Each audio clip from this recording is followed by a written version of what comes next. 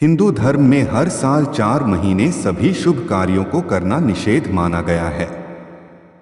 इसको लेकर आपके मन में भी सवाल आता होगा कि आखिर ऐसी क्या वजह है। ब्रह्मा, विष्णु और महेश तीनों को सभी देवी देवताओं में श्रेष्ठ माना गया है। इनसे जुड़ी कई पौराणिक कथाएं प्रचलित हैं, जिनका उल्लेख शास्त्रों में मिलता है। आपने सुना होगा कि भगवान विष्णु 4 महीने के लिए सो जाते हैं। उस दौरान कोई भी शुभ कार्य नहीं किया जाता है, ना विवाह ना ही गृह प्रवेश। 4 महीने सभी शुभ कार्यों को निषेध माना गया है। इसको लेकर आपके मन में भी सवाल आता होगा कि आखिर ऐसी क्या वजह है कि ये 4 महीने शुभ कार्य नहीं किए जाते।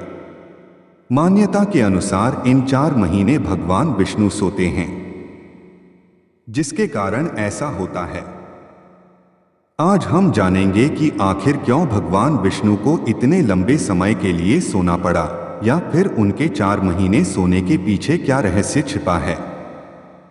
जानेंगे इससे जुड़ी पौराणिक कथा के माध्यम से।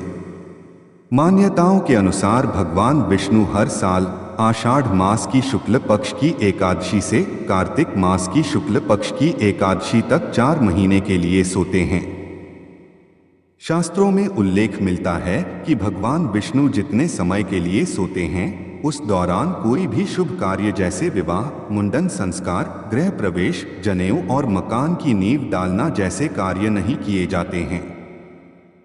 पौराणिक कथा के अनुसार राजा बलि ने तीनों लोकों पर अपना आधिपत्य जमा लिया था, जिससे घबराकर इंद्रदेव भगवान विष्णु के पास पहुंचे और बताया कि राजा बलि ने तीनों लोकों पर अधिकार पा लिया है।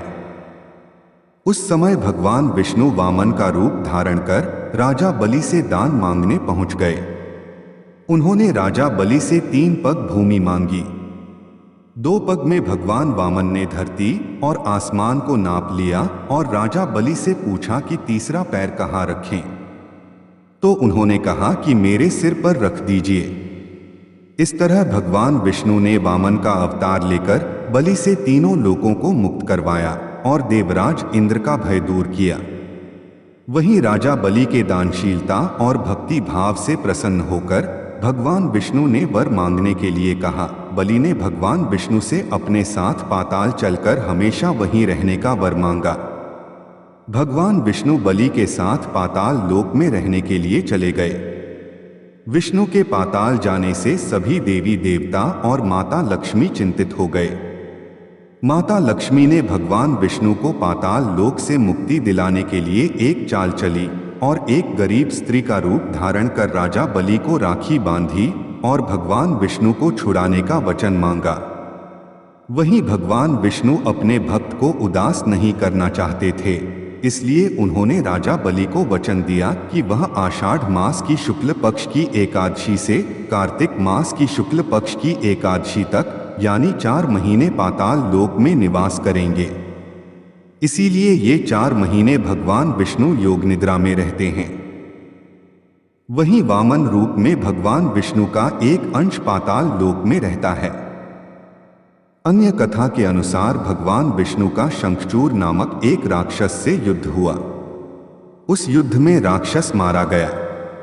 वहीं इस युद्ध में भगवान विष्णु बहुत थक गए थे, तो उन्होंने अपना काम भगवान शिव को सौंपकर योग निद्रा में चले गए। इन 4 महीने भगवान शिव ही भगवान विष्णु के पूरे कार्य देखते हैं।